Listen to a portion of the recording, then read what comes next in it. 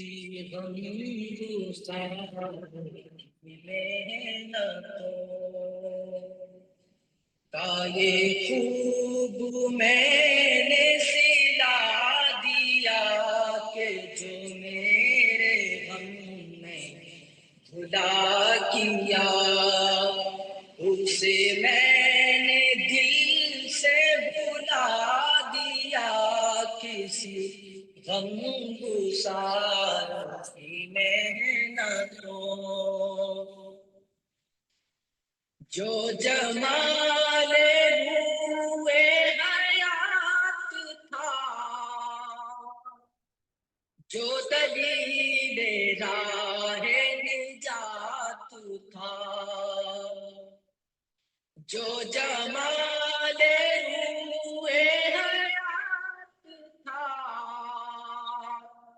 جو دلیل راہ نجات تھا اسی راہ بر کے نہ پوچھے پا کو مسافروں نے مٹا دیا کسی غم گسار کی محنتوں میں تیرے مزار کی جالیوں ہی کی مدحتوں میں مگن رہا میں تیرے مزار کی جالیوں ہی کی مدحتوں میں مگن رہا تیرے دشمنوں نے تیرے چمن میں خزاں کا جال بچھا دیا کسی غم گسار کی محنتوں تیرے حسن خلق کی کرامات میری زندگی میں نہ مل سکی تیرے حسن خلق کی کرامات میری زندگی میں نہ مل سکی میں اسی میں خوش ہوں کہ شہر کے دربام کو تو سجا دیا کسی غم گسار کی محنتوں تیرے سور و بدن کے باب کے میں ورق الٹ کے گزر گیا تیرے سور و بدن کے باب کے میں ورق الٹ کے گزر گیا مجھے صرف تیری حکایتوں کی روایتوں نے مزا دیا مجھے صرف تیری حکایتوں کی روایتوں نے مزا دیا کسی غم گسار کی محنتوں یہ میری عقیدت بے بسر یہ میری ریاست بے ہنر یہ میری عقیدت بے بسر یہ میری ریاست بے ہنر مجھے میرے دعوی عشق نے نہ صنم دیا نہ خدا دیا مجھے میرے دعوی عشق نے نہ صنم دیا نہ خدا دیا کسی غم گسار کی محنتوں، تیرا نقش پا تھا جو رہنما، تو غبار راہ تھی کہکشاں، تیرا نقش پا تھا جو رہنما، تو غبار راہ تھی کہکشاں، اسے کھو دیا تو زمانے بھر نے ہمیں نظر سے گرا دیا، کسی غم گسار کی محنتوں، کبھی اے عنایت کم نظر، تیرے دل میں یہ بھی کسک ہوئی، کبھی اے عنایت کم نظر، تیرے دل میں یہ بھی کسک ہوئی، جو تبسم رخ زیست تھا، اسے تیرے غم نے رلا دیا، کسی غم گسار کی محنتوں کا یہ خوب میں نے سلا دیا، کہ جو میرے غم میں بھلا کیا، اسے میں نے دل سے بھلا دیا، کسی غم گسار کی محنتوں۔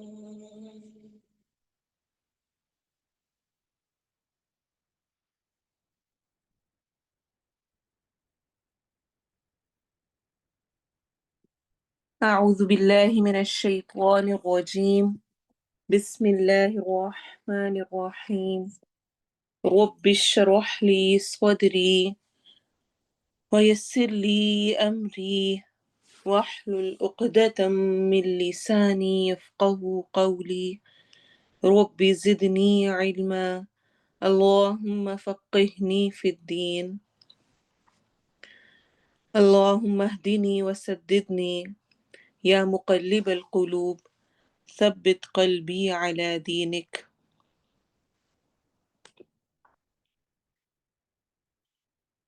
اللهم صل على محمد وعلى آل محمد كما صليت على إبراهيم وعلى آل إبراهيم إنك حميد مجيد. اللهم بارك على محمد وعلى آل محمد كما باركت على إبراهيم وعلى آل إبراهيم إنك حميد مجيد. آمین. السلام علیکم ورحمۃ اللہ وبرکاتہ. انشاءاللہ آج ہم اپنے ٹاپک گویا آپ صلی اللہ علیہ وسلم کو دیکھ رہے ہوں اور اس کو اور اسپیسیفک کر کے اپنے لیے سوچیں، گویا کہ میں آپ صلی اللہ علیہ وسلم کو دیکھ رہی ہوں. ان کی سیرت کو پڑھتے ہوئے اس انداز میں دیکھنا اور سوچنا کہ گویا آپ صلی اللہ علیہ وسلم میرے سامنے ہیں، میرے رول ماڈل ہیں، اور بالکل ویسے ہی دیکھ کر میں نے اپنی زندگی کو گزارنا ہے، اپنے لمحات کو گزارنا ہے، اپنی خوشی کو منانا ہے، اپنے غم کو صبر سے برداشت کرنا ہے، اور زندگی کے ہر معاملے میں آپ صلی اللہ علیہ وسلم کی ذات کی طرف پلٹنا ہے. اسی کا ہمیں ہمارے پیارے نبی، ہمیں ہمارے اللہ تعالیٰ نے اور پیارے نبی صلی اللہ علیہ وسلم نے حکم دیا ہے. لاسٹ کلاس میں ہم نے کچھ ٹاپکس کو کور کیا تھا. میں چاہتی ہوں کہ آپ سب تھوڑا سا ایکٹیو ہوں اور مجھے بتائیں کہ ہم نے کس کس ٹاپک میں کیا کیا پڑھا تھا. آپ ہینڈ ریز کر سکتے ہیں یا آپ ویسے بھی بتا سکتے ہیں. آپ صلی اللہ علیہ وسلم کی پیدائش کس دن ہوئی تھی اور آپ کے والد اور والدہ کا کیا نام تھا؟ لکھ کے بتا دیں، چاہے ہینڈ ریز کر لیں، دونوں طرح سے. پیر والے دن ہوئی تھی، اور آپ صلی اللہ علیہ وسلم کے والد کا نام کیا تھا؟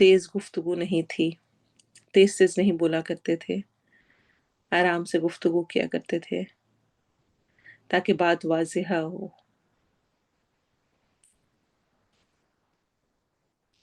پھر آپ صلی اللہ علیہ وسلم کی دنیا سے بھی رغبتی،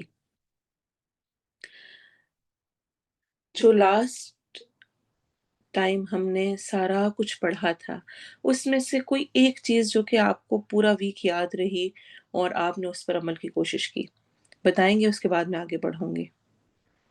جو آپ میں سے کچھ بھی شیئر کرنا چاہیں،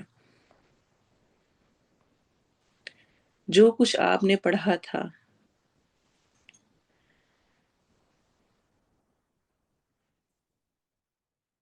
جی عائشہ بولیں، کچھ بھی نہیں ہوگا، کوئی آپ کے فون میں سے یا لیپ ٹاپ میں سے نکل کے آپ کو مارے گا نہیں، کہے گا نہیں کہ ہے ایسے کیوں بول دیا، یہ کیا کیا۔ جی اگر آپ الحمدللہ میں نے جو مسکراتا ہوا چہرہ خاص طور پہ بچوں کے ساتھ، یہ والی چیز میں نے ہمیشہ ذہن میں رکھی۔ اس ویک میں یہ بہت زیادہ ہو رہا تھا اور میں نے سجدے میں بھی لمبا سجدہ کرنے کی کوشش کی۔ یہ خیال آ رہا تھا بار بار کہ اللہ کے نبی صلی اللہ علیہ وسلم بھی لمبا سجدہ کیا کرتے تھے، تو اس لیے میں نے بھی تھوڑی سی کوشش کی اس میں الحمدللہ۔ الحمدللہ الحمدللہ۔ تو اب دیکھیں عائشہ کا سن کر آپ کو بھی یاد رہے گا کہ اچھا مسکرانا تھا اور ہم نے مسکرانا ہے، اور جب بھی آپ مسکرائیں گے تو اس میں عائشہ کا حصہ بھی ہوگا۔ تو بولیں، بتائیں کیا سیکھا؟ کیا صرف میری زندگی یہیں تک ہے کہ میں لیکچر سنوں اور واہ واہ کروں اور کہوں واہ ماشاءاللہ اور سبحان اللہ، کیا زبردست پرسنالٹی تھی پیارے نبی صلی اللہ علیہ وسلم کی، اور اس پر عملی طور پر میری زندگی میں کچھ بھی مجھے نظر نہ آ رہا ہو؟ جی کومل۔ جی میم، جو ایک چیز میں نے اپنے بچوں میں بھی کروائی ہے اسٹارٹ خود بھی، کہ رات میں سونے سے پہلے نا جو آپ نے بتایا تھا معوذتین 3 کل پڑھنا، اور پھر جس طرح سے وہ سر پر اور پوری باڈی پر پھیرنا، وہ میں نے الحمدللہ اسٹارٹ کروایا ہے۔ الحمدللہ۔ اسی طرح کوئی ایک ایک سٹیپ، ایک ایک چیز ہر ہفتے تھوڑی تھوڑی سی بھی ایڈ ہوتی رہے نا تو ہماری زندگی سنور جائے۔ اور اصل میں کلاس کا مقصد بھی یہی ہے کہ انسان تھوڑا تھوڑا تھوڑا تھوڑا کر کے اپنی زندگی میں وہ سب لاتا جائے۔ جی مہوش۔ السلام علیکم ورحمۃ اللہ۔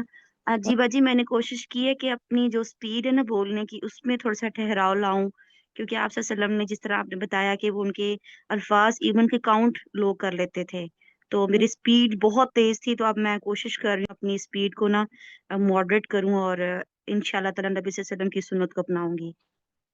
آمین۔ الحمدللہ۔ جی شبانہ۔ السلام علیکم رحمۃ اللہ۔ وعلیکم السلام۔ میں نے تو الحمدللہ اس بات کو بہت وہ کیا کہ رب تعالیٰ کا ہر دم شکر ادا کرنا چاہیے، اپنی اولادوں کو دیکھ کر، اپنی نعمتوں کو دیکھ کر، کہ رب تعالیٰ نے ہر روز رب تعالیٰ ہمیں صبح اٹھاتے ہیں کہ رب تعالیٰ کا ذکر کریں اور اپنے گناہوں کی معافی مانگیں اور نیکیوں میں سبقت لے جائیں، کہ یہ آیت ہمیشہ میرے ذہن میں رہیے، لَإِن شَكَرْتُمْ لَأَزِيدَنَّكُمْ۔ تو میں اپنے بچوں کو بھی یہی بات سکھاتی ہوں کہ شکر گزار بنیں گے تو رب تعالیٰ جو ہے وہ نوازتے جائیں گے۔ الحمدللہ الحمدللہ۔ جی سیدہ۔ الحمدللہ۔ جی میں نے الحمدللہ کیا کہتے ہیں جو ان سے آپ نے سنت بتائی تھی کہ رات کو 3 بار آپ صلی اللہ علیہ وسلم یہ پڑھ کر سوتے تھے اور سونے کی دعا، تو یہ میں نے الحمدللہ جب سے بتائی ہے، میں خود بھی عمل کر رہی ہوں اور اپنی بیٹی کو بھی بتایا، اور وہ بھی ماشاءاللہ کر رہی ہے، بلکہ مجھ سے پوچھ رہی تھی ماما یہ آپ نے مجھے بتایا، آپ خود بھی کرتی ہیں؟ میں نے کہا ہاں جی میں خود بھی کرتی ہوں۔ الحمدللہ۔ جی پروین۔ السلام علیکم ورحمۃ اللہ وبرکاتہ۔ وعلیکم السلام۔ جی جو آپ نے صدقے کے بارے میں نبی کریم صلی اللہ علیہ وسلم کی جو تھا کہ احد پہاڑ اتنا بڑا پہاڑ ہے کہ 3 دن میں صدقہ کرنا، اور 10 دن رات بھی لگا رہے تو وہ اتنا صدقہ بندہ نہیں کر سکتا، پورا نہیں ہو سکتا جتنا بڑا احد پہاڑ ہے۔ تو اس سے مجھے نا صدقے کی اہمیت بہت زیادہ میرے دل میں اور زیادہ بڑھ گئی ہے۔ یہ بات مجھ کو بہت زیادہ لگی کہ نبی کریم صلی اللہ علیہ وسلم کے پاس، یعنی یہ آخرت کے لیے سارا کچھ انہوں نے اپنا کیا ہوا تھا، دنیا کے لیے کچھ بھی نہیں تھا۔ الحمدللہ، بہت اچھا پوائنٹ۔ جی حلیمہ سعدیہ.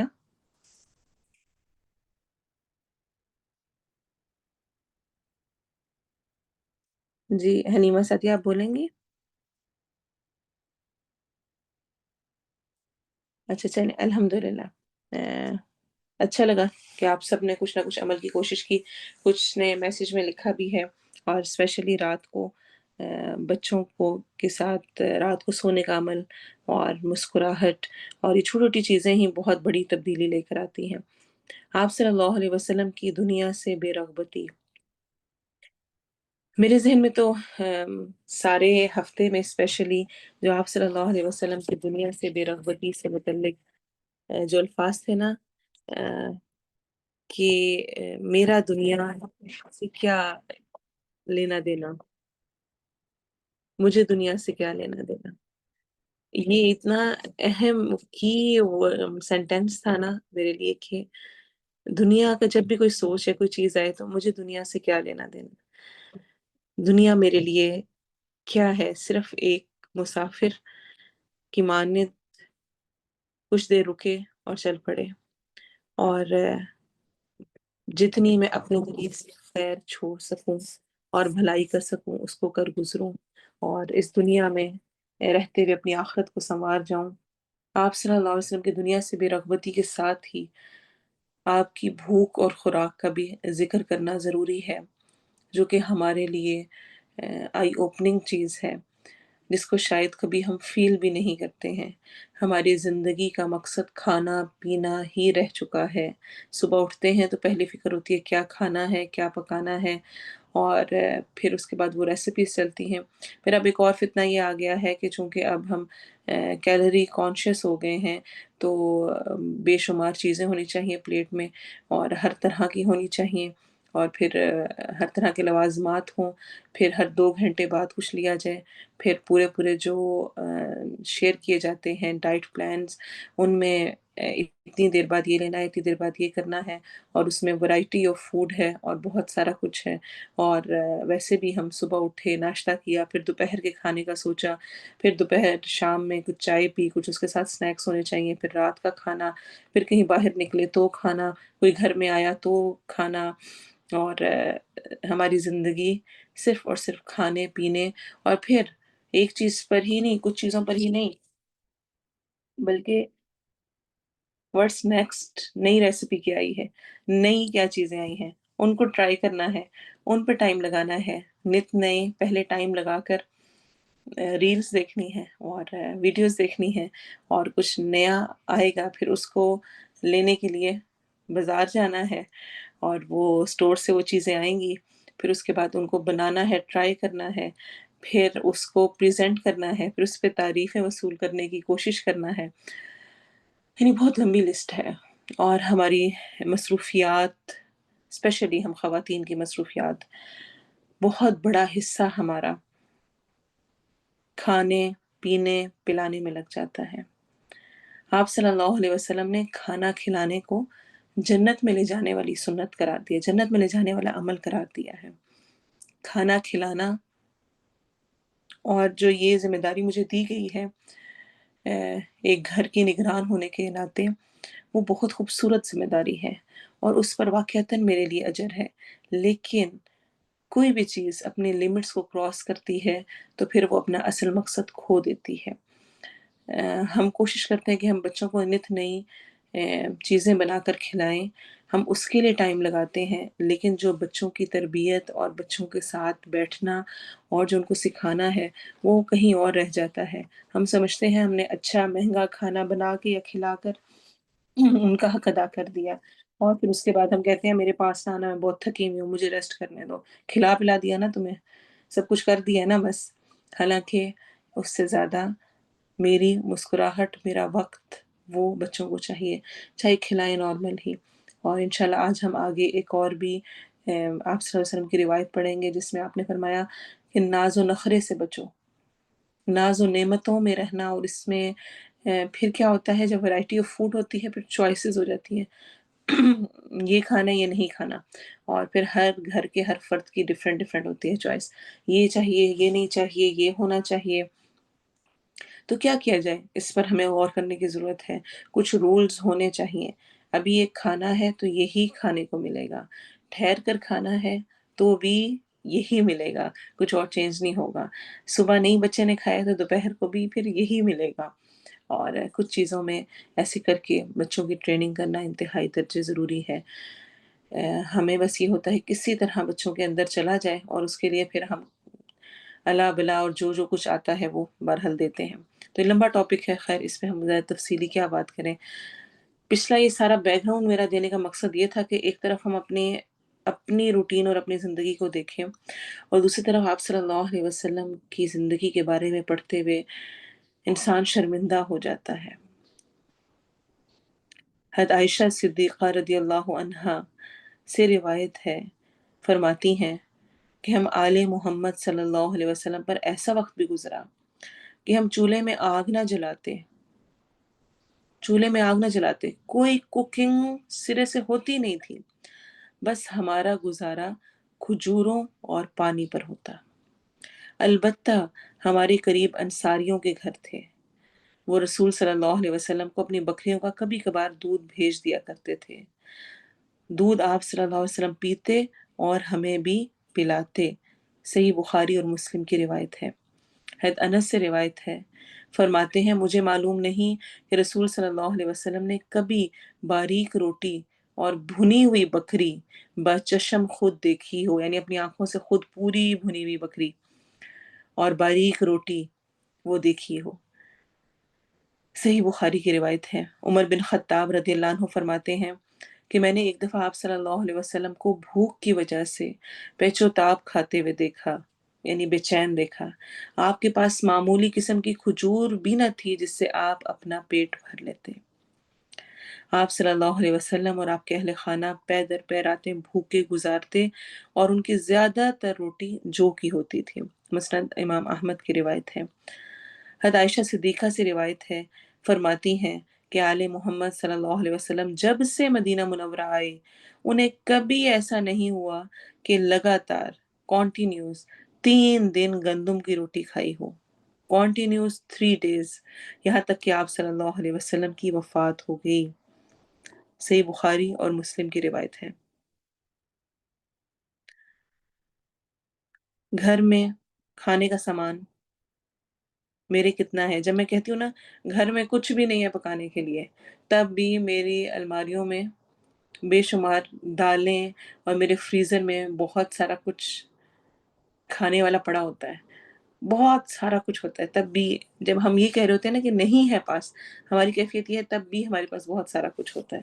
اگر ہمیں خدا نہ خواستہ کبھی سروائیو کرنا پڑے کچھ عرصے کے لیے، نہ بھی ہو تو ہم کافی دن تک جو کچھ ہمارے پاس پڑا ہے اس کو نکال کے کھا سکتے ہیں۔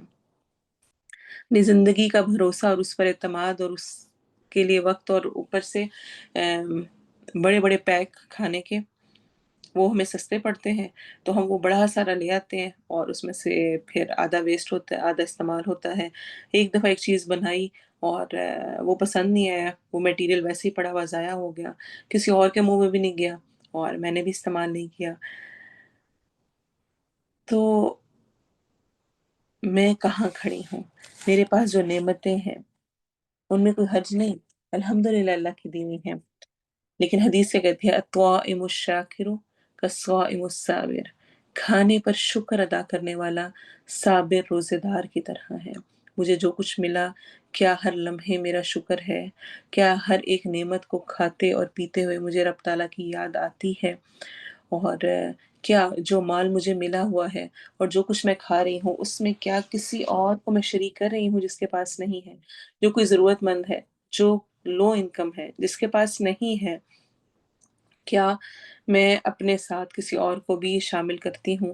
کچھ نہ کچھ کھانا کھلانا جنت میں لے جانے والا عمل ہے۔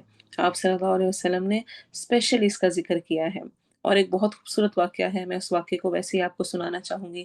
ایک رات رسول صلی اللہ علیہ وسلم گھر سے نکلے، دیکھا کہ ابو بکر اور اس کے ساتھ عمر رضی اللہ عنہ اپنے گھر سے باہر بیٹھے ہیں۔ آپ صلی اللہ علیہ وسلم نے فرمایا، اس وقت تم دونوں اپنے گھر سے باہر کیوں نکلے ہو؟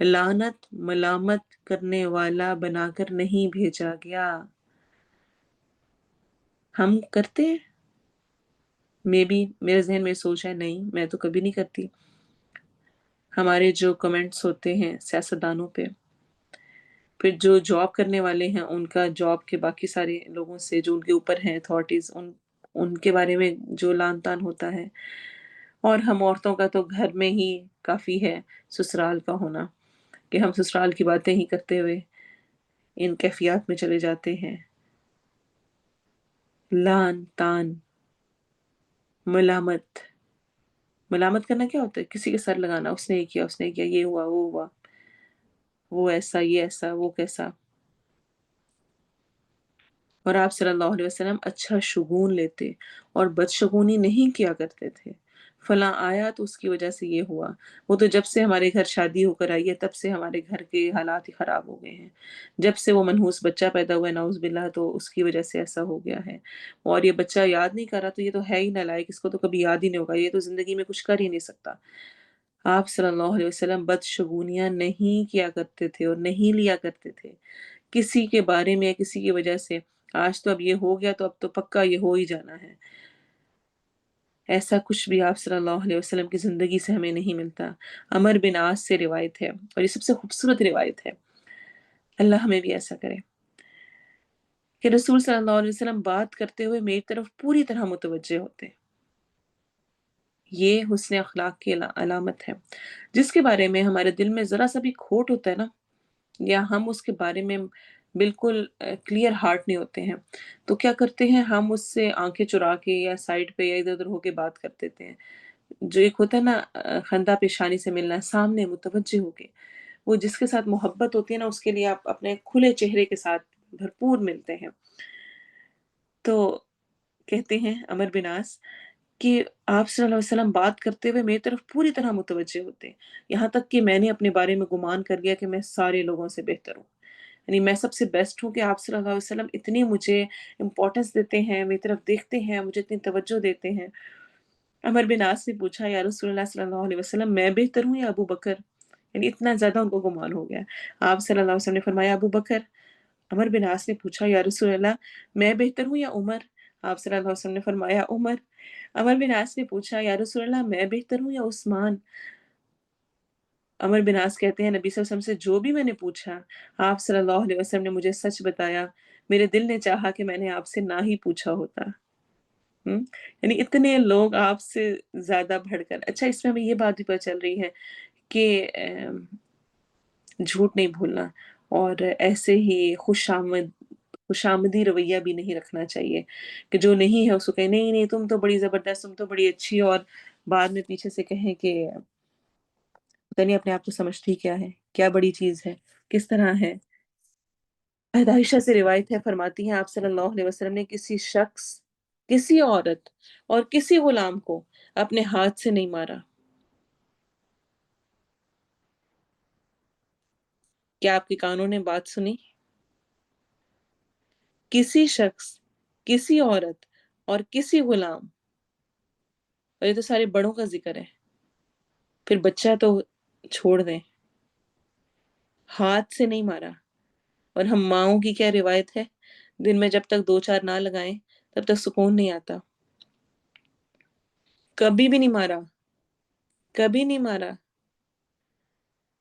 اور نہ ہی کسی غلطی کرنے والے سے بدلہ لیا، مگر یہ کہ کسی نے اللہ تعالیٰ کی حرمت کو پامال کیا ہو، اس صورت میں آپ اللہ کے لیے بدلہ لیتے، یعنی اس پر حد نافذ کیا کرتے تھے۔ اگر مجھ سے ایسا رویہ اپنے بچوں کے ساتھ ہوتا ہے تو شدید طور پر توبہ استغفار کرنے کی ضرورت ہے۔ بچوں سے بھی معافی مانگنی چاہیے، اور رب تعالیٰ سے تو معافی مانگنی ہی ہے۔ میں مار کر اس کو یہ سکھا رہی ہوں کہ یہ میرا ایکٹ ٹھیک ہے، کیونکہ ریسرچز یہ کہتی ہیں کہ سب سے زیادہ آئیڈیل بچوں کے لیے بچپن سے، کیونکہ انہوں نے جن کو دیکھا ہوتا ہے نا وہ ان کے پیرنٹس ہوتے ہیں، وہ سب سے آئیڈیل ہوتے ہیں۔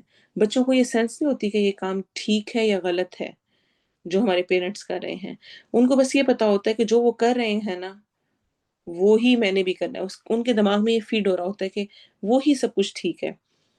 غلط ٹھیک ہے ان کو پہچان نہیں ہوتی، ان کے سامنے بس جو پیرنٹس کر رہے ہیں وہی انہوں نے اڈاپٹ کرتے جانا ہے۔ تو میں یہ سکھا رہی ہوں کہ یہ سب کچھ کرنا ٹھیک ہے، تم بھی ایسے کر سکتے ہو آئندہ زندگی میں بھی۔ یہ بہت سخت خطرناک رویہ ہے، کبھی ایسا ہو تو فوراً اس کی اصلاح کریں، اس پر معافی مانگیں، توبہ کریں۔ انسان ہونے کے ناطے ہو سکتا ہے، یہ نہیں کہ نہیں ہو سکتا، لیکن اگر نہ ہو اس حد تک لمٹ نہیں جانی چاہیے۔ ڈانٹ لیا، غصہ کر لیا اور اس میں بھی حکمت کے ساتھ معاملات کو طے کریں تو رب تعالیٰ بہت اچھی طرح سے کروا دیتا ہے، دعا کثرت سے، اسپیشلی انشاءاللہ بھی ہم آگے دیکھتے ہیں آپ صلی اللہ علیہ وسلم کیا دعا کیا کرتے تھے۔ انس بن مالک سے روایت ہے، اور یہ آپ سب نے روایت سنی ہوئی ہوگی، لیکن مجھے لگتا ہے کہ ہمیں ہر دفعہ اس کو دوبارہ سن کے اپنے لیے یاد دہانی کرنی چاہیے۔ انس بن مالک سے روایت ہے، کہتے ہیں رسول صلی اللہ علیہ وسلم کا اخلاق سب لوگوں سے بہتر تھا۔ ایک دن آپ نے مجھے ایک کام کے لیے بھیجا، میں نے کہا اللہ کی قسم میں نہیں جاؤں گا، یعنی سامنے اوپر سے کہا۔ اچھا ہمارے بچے کرتے ہیں کبھی، ہم انہیں کوئی کام کے نہیں میں نہیں کروں گا، میں نے نہیں کرنا، سیدھا سے جواب دیتے ہیں۔ تو بچوں کا یعنی وہ بچے ہیں تو یہ بچوں کی فطرتاً وہ ایسی حرکتیں کرتے ہیں، وہ کوئی گستاخی یا بدتمیزی نہیں کر رہے ہوتے۔ ایسے بولا تم نے، کیوں بولا ہے؟ بڑوں کا ایسے جواب نہیں دے سکتے، یہ نہیں کر سکتے، اور ہم ایک لمبی اور لسٹ شروع کر لیتے ہیں۔ اچھا آگے سے کہیں سے نہیں آپ صلی اللہ علیہ وسلم کا کوئی رسپانس ملا، ہمیں حدیث میں آگے نہیں آتا کہ آپ نے فرمایا ہے کیا کہہ رہے ہو، نہیں جاؤ گے، کیوں نہیں جاؤ گے؟ تو کہتی ہے ایک دن آپ نے مجھے ایک کام کے لیے بھیجا، میں نے کہا اللہ کی قسم میں نہیں جاؤں گا، لیکن دل میں سوچا کہ نبی صلی اللہ علیہ وسلم نے مجھے حکم دیا ہے لہٰذا میں جاؤں گا۔ میں گھر سے نکلا تو بچے کھیل رہے تھے، میں بھی ان کے ساتھ کھیلنے لگا۔ آپ صلی اللہ علیہ وسلم نے چپکے سے آ کر پیچھے سے میرے سر کے بال پکڑ لیے، میں نے مڑ کر دیکھا تو آپ صلی اللہ علیہ وسلم مسکرا رہے تھے۔ میں نے بچے کو کسی کام سے بھیجا ہو اور وہ جا کر کچھ اور کرنے لگ جائے اور میں وہاں پر نازل ہو جاؤں اس بچے کے اوپر، تو اس بیچارے کی کیا حالت ہوتی ہے؟ مسکراتے ہوئے اس کو ملتی ہوں یا غضبناک حالت میں؟ آپ صلی اللہ علیہ وسلم نے فرمایا ننھے انس، جہاں جانے کا میں نے تجھے حکم دیا تھا آپ وہاں گئے تھے؟ انس بن مالک کہتے ہیں کہ میں نے عرض کیا رسول اللہ صلی اللہ علیہ وسلم میں جاتا ہوں۔ انس بن مالک فرماتے ہیں کہ میں نے پورے 9 سال آپ صلی اللہ علیہ وسلم کی خدمت کی۔ کسی اور کے بچے میں اور اپنے بچے میں بہت فرق ہوتا ہے، اپنے بچے کے لیے ایک بہت زیادہ نرم گوشہ ہوتا ہے۔ آپ صلی اللہ علیہ وسلم کے پاس یہ 9 سال خدمت کے لیے تھے، یہ وہ بیان کر رہے ہیں۔ 9 سال نبی صلی اللہ علیہ وسلم کی خدمت کی، میرے علم میں نہیں آیا کہ اس دوران میں نے کوئی کام کیا ہو اور آپ نے مجھے فرمایا ہو کہ تم نے یہ کام کیوں کیا ہے، اور نہ ہی کبھی میرے کسی کام میں آپ نے کوئی عیب نکالا، اور اللہ کی قسم نہ ہی اس دوران کبھی آپ نے مجھے اف تک کہا۔ صحیح مسلم کی روایت ہے۔ اتنا اعلیٰ اخلاق، اس کا کچھ چند پرسنٹ بھی میری ذات کے اندر تو نظر آنا چاہیے، جو میں اتنے دعوے سے کہتی ہوں کہ میں آپ صلی اللہ علیہ وسلم کی فالوور ہوں اور آپ میرے محبوب ترین انسان ہیں۔ تو جس سے محبت ہوتی ہے اس کی تو ایک ایک چیز کو ہم پھر اپنی زندگی میں لاتے ہیں۔ آپ صلی اللہ علیہ وسلم نے فرمایا قیامت کے دن تم میں سب سے زیادہ مجھے محبوب اور مجلس کے اعتبار سے یعنی بیٹھنے کے اعتبار سے، سٹنگ کے اعتبار سے میرے قریب وہ ہوگا جس کا اخلاق سب سے اچھا ہوگا، اور قیامت کے دن تم میں سے مجھے سب سے زیادہ ناپسند اور مجلس کے اعتبار سے دور وہ ہوں گے جو زیادہ باتونی ہوں گے، باتیں کرنے والے ہوں گے۔ اچھا ہمیں لگتا ہے کہ ہم خوب باتیں جو کرتے ہیں نا، یعنی سوشل لائف ہے ہماری، جب بھی ہم باتیں کرتے ہیں تو ہم بڑا اس سے لوگوں کو اٹریکٹ کر رہے ہیں، جتنا بولو اتنا زیادہ ہم نقصان ہی کر جاتے ہیں۔ ویسے وہ مشہور کہاوت ہے نا عربی کی، من صامتا نجا، جس نے خاموشی اختیار کی اس نے نجات پا لی۔ دور کون لوگ ہوں گے؟ جو زیادہ باتونی ہوں گے، باتیں باتیں باتیں، کبھی ایک کی بات کبھی دوسرے کی بات۔ اچھا باتونی ہونے میں کیا حرج ہے؟ یہ حرج ہے کہ پھر انسان ضرورت کی باتوں کے علاوہ اور بہت ساری باتیں کرتا ہے، کیونکہ ضرورت کی باتیں تو بہت مختصر سی اور بہت تھوڑی ہوتی ہیں، لیکن اس کے علاوہ لمبی گفتگو، اس نے یہ کر دیا، اس نے یہ کہہ دیا، فلاں کے گھر میں یہ ہو گیا، فلاں کی یہ بات ہوگی، فلاں کی یہ چیز ہوگی، اور پھر ایک کے بعد ایک اس پر تبصرے ہونا، اور جو اپنے آپ کو بڑا سمجھتے ہوئے دوسروں کو نصیحت کرنے والے ہوں گے، اپنے آپ کو بڑی چیز سمجھ کے ہر کسی کے کام میں انٹرفیئر کرنا، اتنا بھی تم اب یہ نہ کیا کرو، اب اتنی بھی نیک نہ بنا کرو، اب فلاں چیز بچوں کو دیکھو، اب تم ہر کسی کے گھر جا کر اس کے تبصرے اور اپنے آپ کو بڑا سمجھتے ہوئے اس کو نصیحتیں کرنے بیٹھ جانا، یہ بھی پسند نہیں کیا گیا۔ آپ نہیں جانتے کہ اگلے کی کیفیت اور اگلے کے حالات کیا ہیں، کس بنا پر وہ سب کچھ کر رہا ہے، اس کے گھر کی کیفیت یا اس کی چیزیں، اس کے بچے، اس کا شوہر، اس کی اپنی ذات، ہر کسی کی ڈیفرنٹ طرح کی مسائل ہوتے ہیں، آپ ان کو جج نہیں کر سکتے، جان نہیں سکتے، لیکن اپنے آپ کو بڑا سمجھتے ہوئے ہر کسی کو اس پر نصیحت کرنے بیٹھ جانا، یہ بھی کوئی اچھی چیز نہیں ہے۔ تو یہ سب سنتے اور پڑھتے ہوئے جس طرح سے مجھے فیل ہوا، مجھے امید ہے کہ آپ کو بھی ہوا ہوگا کہ میں تو بہت پیچھے ہوں، اور مجھے تو اپنے اخلاق کو بہتر کرنے کی انتہائی درجے ضرورت ہے۔ تو اس کے لیے جو دعا آپ صلی اللہ علیہ وسلم نے سکھائی ہے وہ ضرور میری زندگی میں ہونی چاہیے، میری دعاؤں میں ہونی چاہیے، دن رات ہونی چاہیے۔ آپ صلی اللہ علیہ وسلم کی روایت ہے، سنن نسائی میں آیا ہے، آپ نے دعا فرمائی، اللہم اہدنی لأحسن الاعمال، اور لأحسن الاخلاق بھی آتا ہے، لا یہدی لأحسنها الا انت، وَاصْرِفْ عَنِّی سَیِّئَهَا لَا يَصْرِفُ عَنِّی سَیِّئَهَا إِلَّا أَنْتَ۔ اے اللہ مجھے اچھے اعمال اور اچھے اخلاق کی ہدایت دیں، اور نہیں اسی کو ہدایت دے سکتا مگر تو ہی، اور یا اللہ مجھے برے اخلاق سے بچا لے، اور نہیں کوئی برے اخلاق سے بچا سکتا مگر تو ہی، تیری ذات ہی بچا سکتی ہے۔ اور ساتھ ہی اتنی پیاری دعا آپ صلی اللہ علیہ وسلم نے سکھائی، صحیح مسلم میں آتی ہے، الہی میں ایک انسان ہوں، جس مسلمان کو بھی میں نے کبھی برا بھلا کہا ہو تو وہ اس کے لیے پاکیزگی کا سبب اور اجر و ثواب بنا دینا۔ کتنے خوبصورت الفاظ میں دعا ہے۔ پھر آپ صلی اللہ علیہ وسلم کی انکساری، ہمبلنس کیسی تھی، کتنے ہمبل تھے آپ، اور کس طرح سے معاملات کو کیا کرتے ہوتے تھے۔ بے شمار ہمیں اس کے بارے میں روایات آتی ہیں۔ آپ صلی اللہ علیہ وسلم کے بارے میں انس رضی اللہ عنہ کہتے ہیں کہ آپ صلی اللہ علیہ وسلم کے مزاج میں اتنی تواضع اور انکساری تھی کہ کنیز بھی اگر اپنے کسی ذاتی کام کے لیے کہتی تو آپ اس کا کام نپٹانے کے لیے چل پڑتے، کوئی سفارش نہیں چاہیے ہوتی تھی، کوئی بڑی اتھارٹی نہیں چاہیے ہوتی تھی، کنیز بھی، کوئی غلام بھی، کوئی کام کرنے والی بھی اگر اپنے کسی ذاتی کام کے لیے کہتی تو آپ اس کا کام نپٹانے کے لیے چل پڑتے تھے۔ اسود بن یزید سے روایت ہے، کہتے ہیں کہ میں نے عائشہ رضی اللہ عنہا سے پوچھا کہ نبی صلی اللہ علیہ وسلم گھر میں کیا کیا کرتے تھے، گھر میں کیا کاموں کا معمول تھا؟ انہوں نے فرمایا اپنے اہل خانہ کے گھریلو کاموں میں ہاتھ بٹایا کرتے تھے، اپنے گھر والوں کے گھریلو کاموں میں، گھر کے کاموں میں ہاتھ بٹایا کرتے تھے۔ جب نماز کا وقت ہو جاتا تو وضو کرتے اور نماز کے لیے روانہ ہو جاتے، تب نہیں گھر میں رہتے تھے۔ صحیح بخاری اور مسلم کی روایت ہے، جب نماز تو پھر سب کچھ چھوڑ دیا، پھر کچھ بھی نہیں، اور گھر میں گھر والوں کے ساتھ کام کیا کرتے تھے۔ آج ہمارے مردوں کا کیا حال ہے؟ ہماری دوسری سوتن ہر وقت ان کے ساتھ ہوتی ہے، فون، موبائل، اور اس پر بہت سارے لوگ، جب ہم نے صبر کی بات کی تو بھی مجھے جو ڈیفرنٹ لوگوں کے آئی کہ کس کس چیز میں صبر، تو اس میں اسپیشلی خواتین کا ہمارا یہ ہوتا ہے کہ شوہر سامنے فون لے کے بیٹھا ہوا ہے اور میں بات کرنا چاہ رہی ہوں، میں کچھ ٹائم چاہ رہی ہوں، لیکن وہ مسلسل فون پر ہے، تو اب میں کیا کروں؟ یہ ایک بہت صبر آزما چیز ہوتی ہے۔ تو میری اپنے ہسبینڈ پہ نہیں چلتی ہے یا میری اور بڑوں پہ نہیں چلتی، لیکن مجھے کم از کم اپنے بوائز کو، اپنے بچوں کو ضرور ٹرین کرنا چاہیے، اسپیشلی گھر کے کاموں سے متعلق۔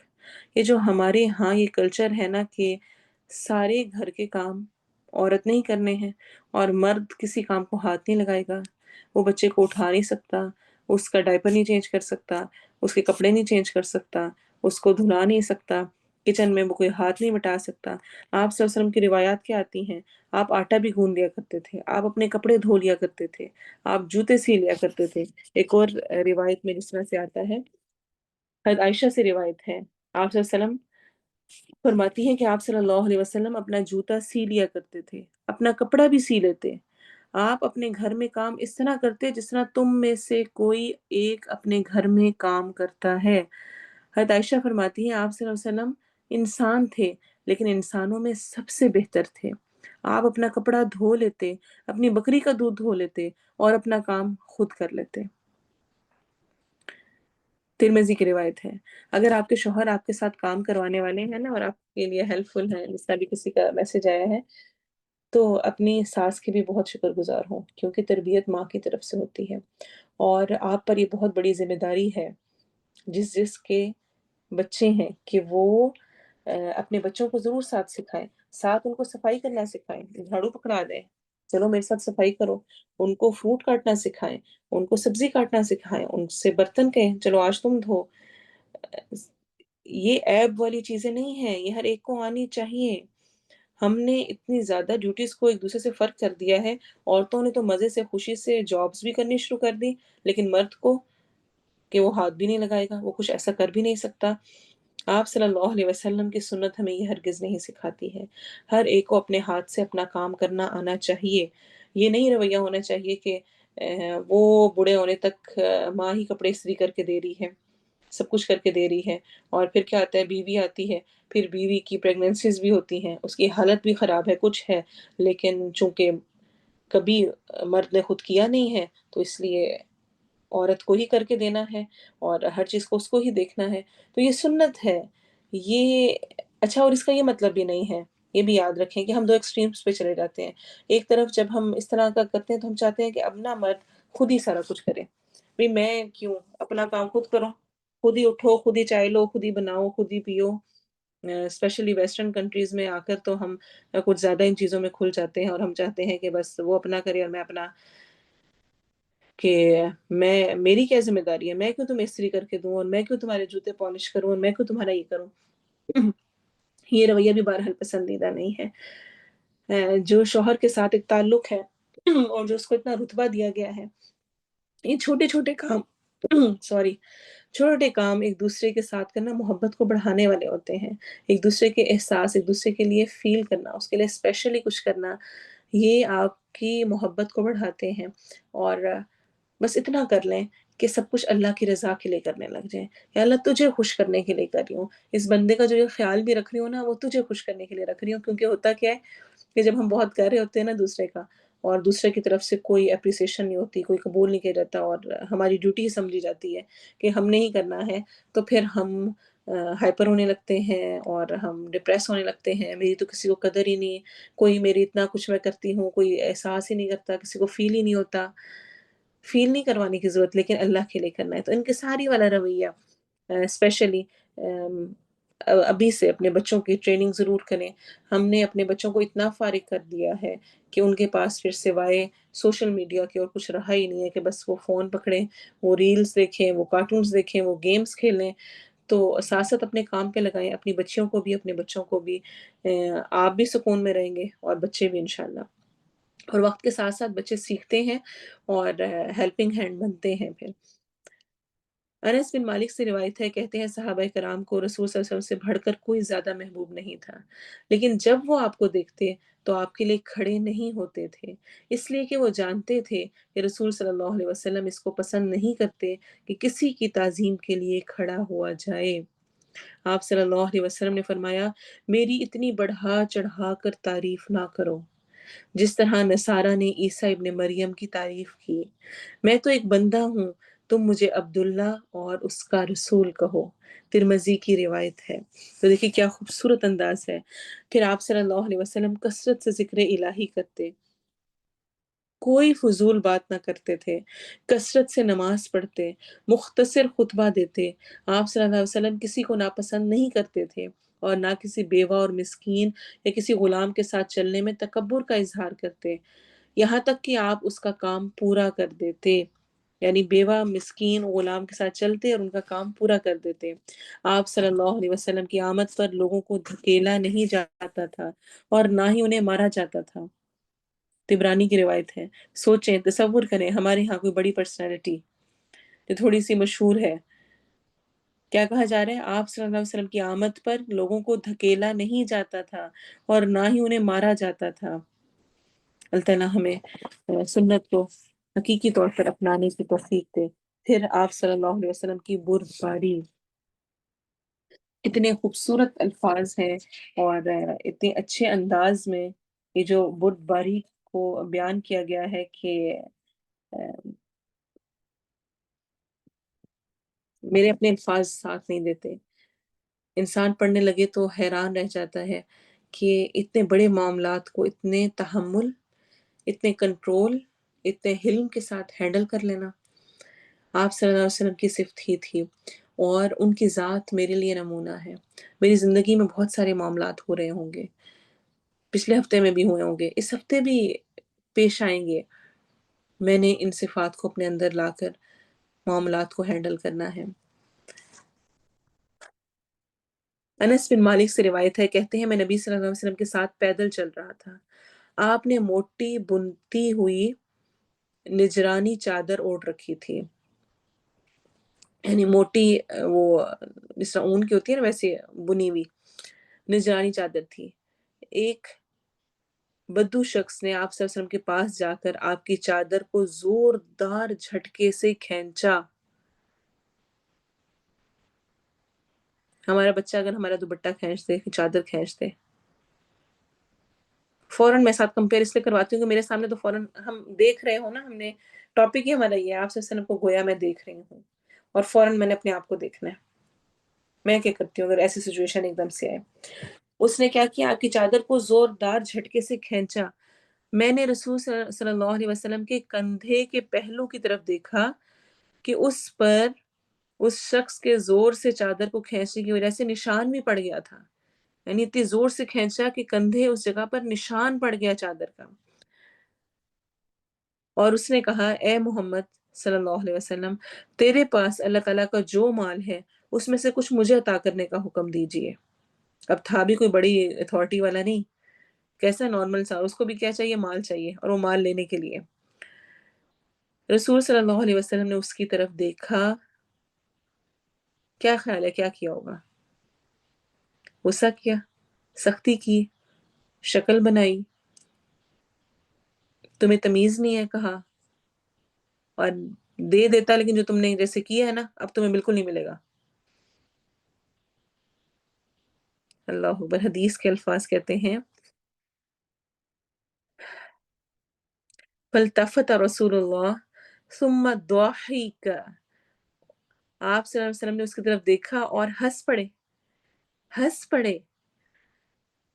ثم امر له بعطاء، اور اسے مال عطا کرنے کا حکم دے دیا۔ صحیح بخاری اور صحیح مسلم کی روایت ہے۔ اتنا شدید معاملہ ہمارے ہاں کوئی اس طرح ہو، کتنا بڑا ہم شور مچا دیں اور کتنا بڑا وہ مسئلہ کھڑا ہو جائے، اس نے اس طرح کر کے اس کو کیا اور کیسے کیا اور کیوں ہوا، اور پھر آگے سے ریئیکشن اور آگے سے کیا کیا کچھ۔ اور آپ کو وہ مشہور واقعہ بھی یاد ہوگا، آپ صلی اللہ علیہ وسلم ایک درخت کے سائے لیٹے ہوئے تھے اور تلوار لٹکا کر سو رہے تھے، اور ایک آدمی آیا اور اس نے کہا میری تلوار سے تمہیں کون بچائے گا؟ تو آپ نے کیا فرمایا؟ اللہ، صرف کہا اللہ، کوئی غصہ نہیں، کوئی کچھ نہیں۔ پھر آپ صلی اللہ علیہ وسلم کا صبر بے شمار تھا، بے شمار معاملات میں تھا۔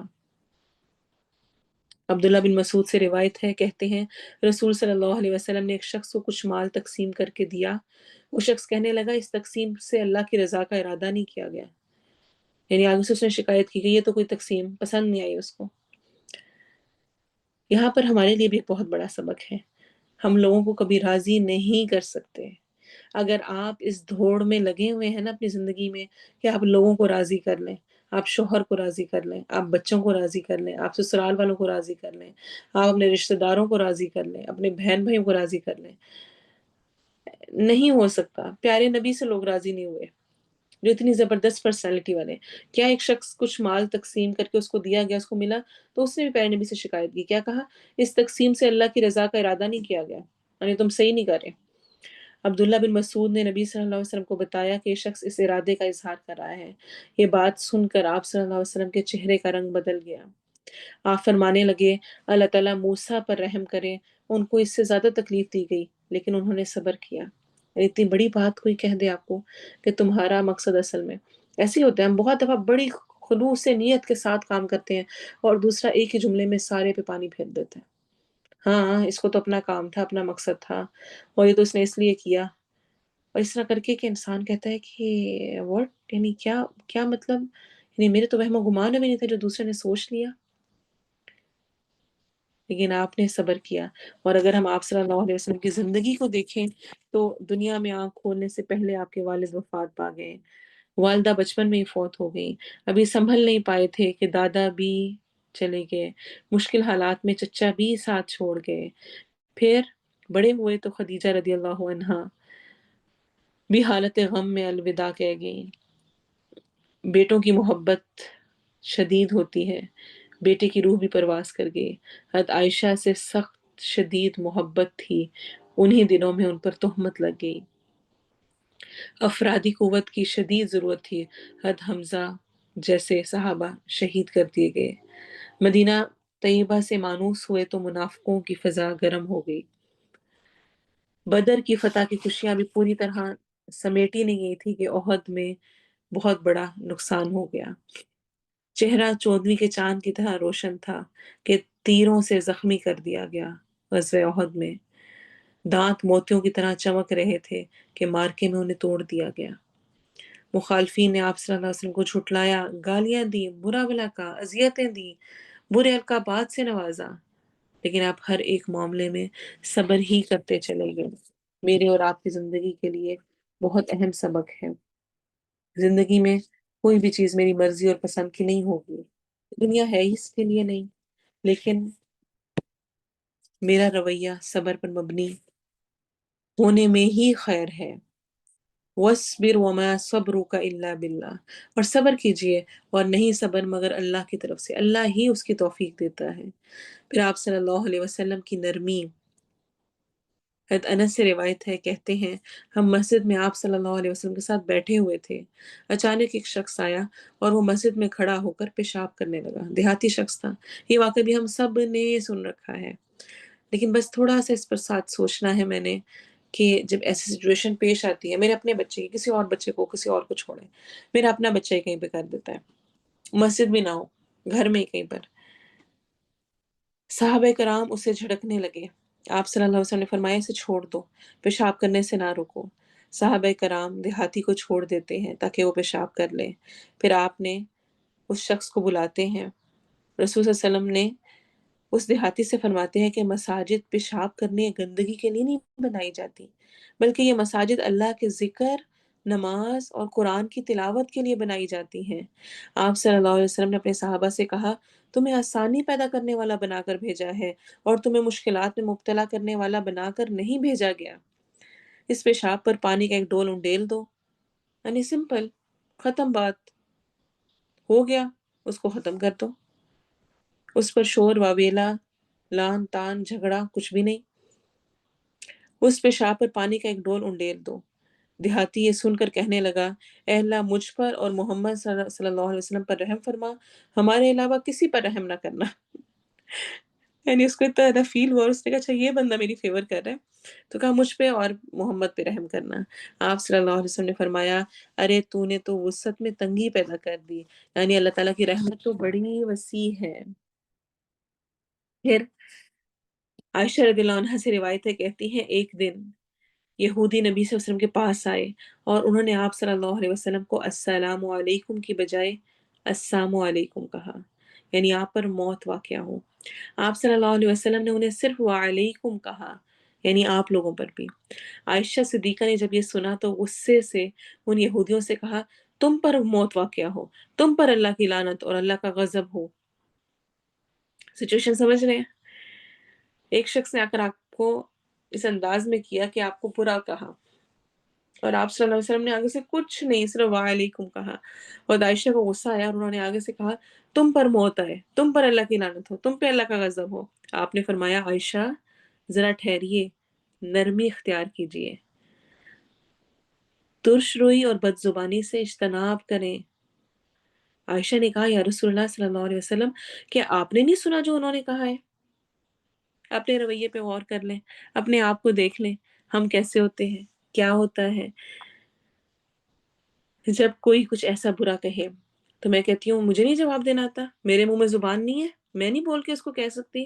وہ سمجھتی ہے کہ میں دبی ہوئی ہوں، مجھے بولنا نہیں آتا، مجھے کہنا نہیں آتا، اور آگے سے میں بھی دو اور لگا کر جواب دوں. آپ نے کیا فرمایا ایسے تمام موقعوں پر؟ ٹھہر جاؤ، نرمی اختیار کرو، بد زبانی سے بچو. تو عائشہ نے کہا کہ شاید پیارے نبی کو سمجھ نہیں آئی کہ انہوں نے کتنی بڑی بات آپ کو کہہ دی ہے. کیا آپ نے نہیں سنا جو انہوں نے کہا؟ حضرت عائشہ نے فرمایا، آپ صلی اللہ علیہ وسلم نے فرمایا، جو میں نے ان کو جواب دیا کیا آپ نے وہ نہیں سنا؟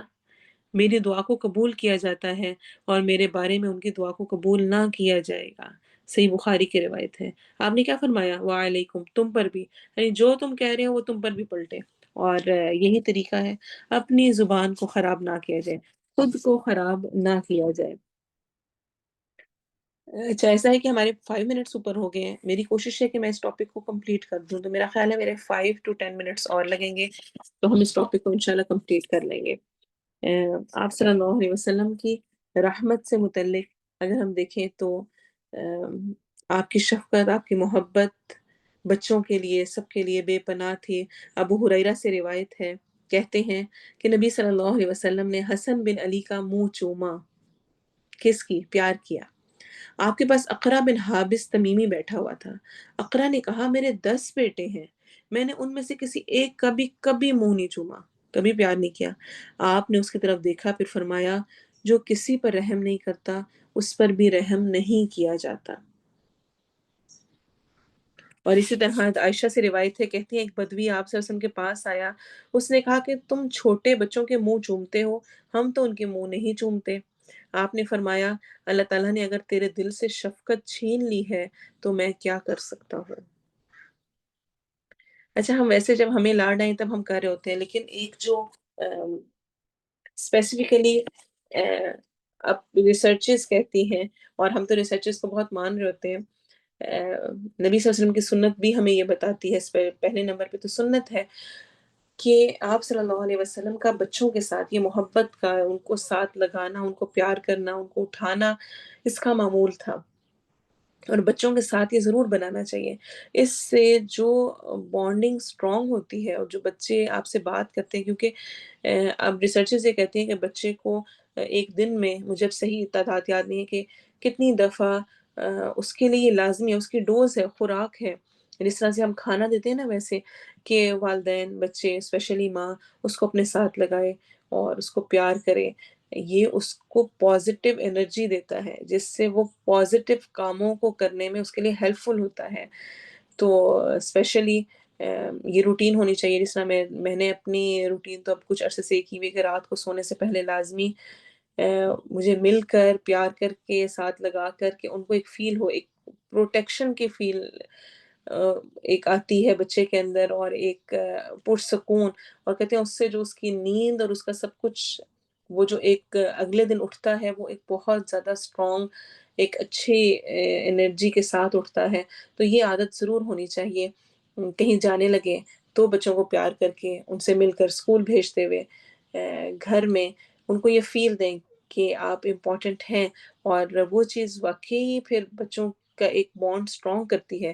پھر کیا ہوتا ہے جب ہم بڑے ہو جاتے ہیں نا، پھر ہم چاہتے ہیں کہ بچے ہمارے پاس آئیں، ہمیں پیار کریں، ہمارا خیال رکھیں، ہمارے ساتھ بیٹھیں. لیکن ہم نے ان کے ساتھ بچپن میں نہیں وہ سارا کچھ کیا ہوتا نا، تو پھر وہ یہ نہیں ہوتا کہ ان کی طرف سے کوئی کمی ہوتی ہے، لیکن وہ ایک دوری رہ جاتی ہے. تو ضروری ہے کہ اس رحمت کو، یہ جو پیارے نبی کی سنت ہے کہ آپ چھوٹے بچے نے ان کا منہ چومنا، ان کو پیار کرنا، یہ ان کو مضبوط کرتا ہے اور ان کے لیے نیکیوں کی طرف بڑھنے کی راہ آسان کرتا ہے. جو پیار سے کہی ہوئی باتیں ہوتی ہیں وہ پھر سختیوں سے کبھی بھی نہیں آتی ہیں. اور اسی طرح آپ صلی اللہ علیہ وسلم کی رحمت، ہمیں پہلے یہ ٹاپک کور کر چکی ہوں. پچھلے سالوں میں آپ صلی اللہ علیہ وسلم بحیثیت رحمت للعالمین، اس میں اس ٹاپک کو بہت ڈیٹیل میں کیا ہوا ہے. اگر آپ چاہیں وہ لیکچر بھی سن سکتے ہیں کہ آپ کی رحمت کس حد تک وسیع تھی. پورا اس پر لیکچر نوٹ ہوا ہے، اور اتنا لمبا ٹاپک ہے کہ ہم اس پر بہت لمبی اور بات کر سکتے ہیں. آپ صلی اللہ علیہ وسلم کا عدل و انصاف، کہیں پر کوئی کمپرومائز نہیں، جو ہے جیسے ہے وہ ویسے ہی ہوگا۔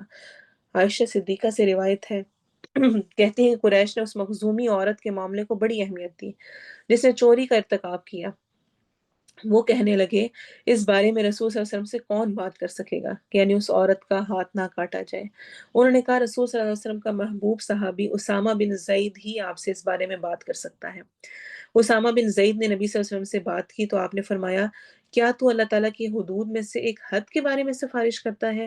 پھر آپ کھڑے ہوئے اور لوگوں سے مخاطب ہو کر فرمانے لگے تم سے پہلے وہ لوگ تباہ و برباد ہو گئے جب ان میں کوئی بڑا شخص چوری کرتا تو وہ اسے چھوڑ دیتے، اور جب ان میں کوئی کمزور چوری کرتا تو وہ اس پر حد لگا دیتے۔ اللہ کی قسم اگر فاطمہ بنت محمد صلی اللہ علیہ وسلم بھی چوری کرتی تو میں اس کا ہاتھ کاٹ دیتا۔ پھر آپ صلی اللہ علیہ وسلم نے اس عورت کے بارے میں حکم دیا اور اس کا ہاتھ کاٹ دیا گیا۔ حضرت عائشہ فرماتی ہیں کہ اس عورت نے بڑے ہی احسن انداز میں توبہ کی اور شادی کی۔ وہ اس کے بعد میرے ہاں آیا کرتی تھی، اگر اس کی کوئی ضرورت ہوتی تو میں رسول صلی اللہ علیہ وسلم کی خدمت میں پیش کرتی تاکہ اس کا کام ہو جائے۔ حالانکہ اس سے گناہ غلطی ہوئی تھی لیکن اس نے توبہ کر لی، تو اس کے بعد ایسا رویہ نہیں رکھا گیا کہ یہ تو چور ہے، اس کا تو ہاتھ کاٹا گیا، توبہ توبہ یہ تو اتنی بری ہے۔ ہم ایسا ہی رویہ رکھتے ہیں، کسی سے کوئی گناہ ہو جائے اور ہمیں پتہ چل جائے کہ فلاں سے یہ غلطی ہوئی اور ہم نہیں جانتے کہ اس نے کتنی سچی توبہ کی اور کیسے توبہ کی، ہم اس پر اتنی باتیں بناتے ہیں، اس شخص سے اتنی نفرت کرنے لگتے ہیں جیسے خود ہم بہت پاک باز ہیں اور ہم سے کبھی کوئی گناہ ہوا ہی نہیں، اور اس کو اس طرح کرتے ہیں جیسے کہ اس سے برا شخص کوئی نہیں ہے۔ کیا پتہ اس نے کیسی توبہ کی ہو جو کہ آپ کی ذات آپ سے بھی زیادہ اللہ کے ہاں مقبول ہو گئی ہو اور اس کی وجہ سے اللہ نے اس کی بخشش کر دی ہو۔ تو اس لیے ایسے معاملات میں اسپیشلی اس چیز کا خیال ہونا چاہیے کہ کوئی بھی ایسی چیز ایسا معاملہ پیش نہ آئے۔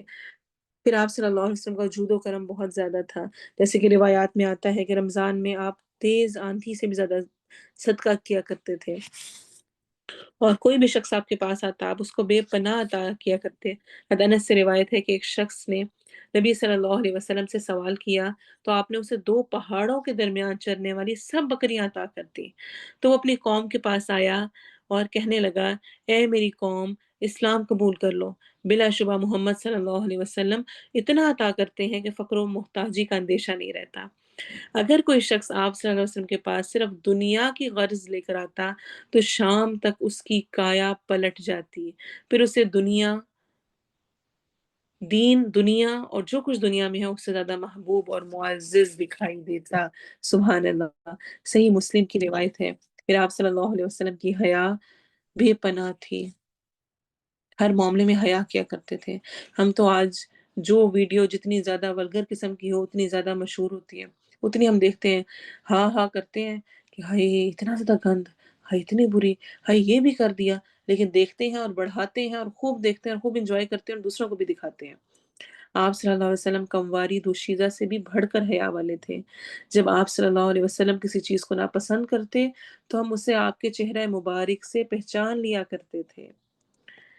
ایک دفعہ ایک شخص اپنے بھائی کو حیا کے حوالے سے ڈانٹ رہا تھا کہ اتنا بھی نہ شرم کیا کرو، اتنی بھی حیا نہ کیا کرو۔ آپ نے اس کو فرمایا اسے چھوڑ دو، اس سے شرم و حیا نے کبھی نقصان نہیں پہنچایا، بلا شبہ یہ تو ایمان میں سے ہے۔ اور آخری چیز جس کو ہم کور کریں گے وہ ہے آپ صلی اللہ علیہ وسلم کے معمولات اور معاملات۔ چھوٹی چھوٹی چیزیں ہیں جن کو میں چاہتی ہوں کہ ہائی لائٹ کر لیں ہم اور کمپلیٹ کر دیں۔ آپ صلی اللہ علیہ وسلم جب کسی قوم کے دروازے پر تشریف لاتے تو دروازے کے سامنے کھڑے نہیں ہوتے تھے، دروازے کی دائیں یا بائیں جانب کھڑے ہوتے اور فرماتے السلام علیکم۔ یہ آداب سکھائے گئے ہیں ہمیں۔ آپ صلی اللہ علیہ وسلم جب کسی کو اپنے صحابہ میں سے کہیں بھیجتے تو فرماتے خوشخبری دو اور نفرت میں مبتلا نہ کرو۔ آپ صلی اللہ علیہ وسلم جب کسی بیمار کے پاس جاتے اس کی تیمارداری کرتے اور اس کے حق میں خیر کی کلمات کہتے لا بأس طہور انشاءاللہ، کوئی حرج نہیں اگر اللہ نے چاہا تو شفا ہوگی۔ آپ صلی اللہ علیہ وسلم جب پانی پیتے تو 3 بار سانس لیتے اور فرماتے یہ زیادہ نرم، زیادہ خوشگوار اور زیادہ صحت بخش ہے۔ ابن ماجہ کی روایت ہے۔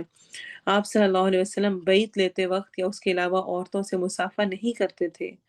آپ صلی اللہ علیہ وسلم اپنا دایاں ہاتھ رائٹ ہینڈ اپنے کھانے پینے، وضو کرنے، کپڑا پہننے، کوئی چیز پکڑنے اور دینے کے لیے استعمال کرتے، اور بایاں ہاتھ یعنی لیفٹ ہینڈ اس کے علاوہ کے کاموں کے لیے۔ آپ صلی اللہ علیہ وسلم اپنے اہل خانہ میں سے جب اس بات پر آگاہ ہوتے کہ اس نے کوئی جھوٹ بولا ہے، گھر والوں میں کسی کے بارے میں پتہ چلتا، آپ اس وقت تک اس سے روگردانی کیے رکھتے، ناراض رہتے جب تک وہ توبہ نہیں کر لیتا۔ آپ کے ہاں یہ بالکل بھی پسندیدہ نہیں تھا۔ پھر آپ صلی اللہ علیہ وسلم کو جب کوئی ایسا معاملہ پیش آتا جو آپ کو خوش کرتا تو آپ کہتے الحمدللہ الذی بنعمتہ تتم الصالحات، شکر ہے اس اللہ کا جس کے فضل و احسان سے اچھے کام پائے تکمیل تک پہنچتے ہیں۔ اور جب آپ کو کوئی ایسا معاملہ پیش آتا جو آپ کو ناگوار گزرتا تو آپ کہتے ہیں الحمدللہ علی کل حال، ہر حال میں اللہ کا شکر ہے۔ آپ صلی اللہ علیہ وسلم کو جب بخار محسوس ہوتا تو آپ اپنے اوپر اعوذ برب الفلق اور اعوذ برب الناس پڑھ کر پھونک مارتے اور اپنے ہاتھ کو جسم پر پھیرتے۔ آپ صلی اللہ علیہ وسلم کو جب کبھی ایسا معاملہ پیش آتا جو آپ کے دل کو خوش کرتا تو آپ صلی اللہ علیہ وسلم اللہ تعالیٰ کا شکر ادا کرتے ہوئے سجدے میں گر جاتے۔ آپ صلی اللہ علیہ وسلم جب کسی قوم سے اندیشہ محسوس کرتے، ان سے ڈرتے، خوف محسوس کرتے تو کہتے اللہم انا نجعلک فی نحورہم ونعوذ بک من شرورہم۔ ہماری دعا میں یہ بہت ضروری دعا ہونی چاہیے۔ اے اللہ، ہم تجھے ان کے سامنے کرتے ہیں اور ان کے شر سے تیری پناہ میں آتے ہیں۔ کسی سے بھی خطرہ ہے آپ کو تو یہ دعا اپنی دعاؤں میں ضرور شامل کریں کہ اللہ تو ہی ان کے معاملے میں میرے لیے کافی ہو جا۔ پھر آپ صلی اللہ علیہ وسلم کو کوئی چیز خوف زدہ کرتی تو آپ کہتے اللہ اللہ ربی لا اشرک بہ شیئا۔ آپ صلی اللہ علیہ وسلم کو جب کوئی معاملہ پریشان کرتا تو آپ کہتے یا حی یا قیوم برحمتک استغیث۔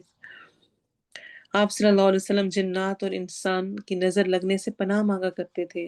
جب قل اعوذ برب الفلق اور قل اعوذ برب الناس دونوں صورتیں نازل ہوئیں تو آپ نے ان دونوں صورتوں کا ورد شروع کر دیا، ان کے علاوہ کو چھوڑ دیا۔ اور آپ صلی اللہ علیہ وسلم جب اپنی مجلس سے اٹھتے تو یہ دعا پڑھتے سبحانک اللہم ربی و بحمدک لا الہ الا انت استغفرک و اتوب الیک۔ جو الفاظ مختلف ملتے ہیں سبحانک اللہم و بحمدک اشہد ان لا الہ الا انت استغفرک و اتوب الیک۔ یہ دعا آپ صلی اللہ علیہ وسلم مجلس کے اینڈ پہ پڑھا کرتے اور یہیں پر ہم بھی اپنا مکمل کریں گے۔ اللہ تعالیٰ ہمیں عمل کی توفیق دے، جو کچھ ہم نے سیکھا، ہم نے پڑھا، ہم نے سنا، اللہ تعالیٰ ہمیں اس کا بہترین اس پر عمل کرنے والا بنائے۔ اور جو میں نے نیتیں کی بیٹھے ہوئے، جو کچھ سنتے ہوئے میرا دل کیا کہ میں بھی ایسی ہو جاؤں، اللہ مجھے ان والی صفات کو اپنے اندر لانے کی توفیق دے۔ اللہ تعالیٰ ہمارے اخلاق کو اچھا کرے۔ آپ کو جو پوائنٹ اچھا لگا، جو سمجھ آیا، اس کو ضرور گروپ میں شیئر کریں، ابھی گروپ اوپن ہوگا۔ اللہ تعالیٰ ہم سب سے اس بیٹھنے کو قبول کرے اور اس کی وجہ سے پیارے نبی صلی اللہ علیہ وسلم کا ساتھ دے اور کل قیامت کے دن حوض کوثر سے سیراب کروائے۔ آمین۔ سبحانک اللہم و بحمدک اشہد ان لا الہ الا انت استغفرک و اتوب الیک۔ سبحان ربک رب العزت عما یصفون وسلام علی المرسلین والحمد للہ رب العالمین۔ السلام علیکم ورحمۃ اللہ وبرکاتہ۔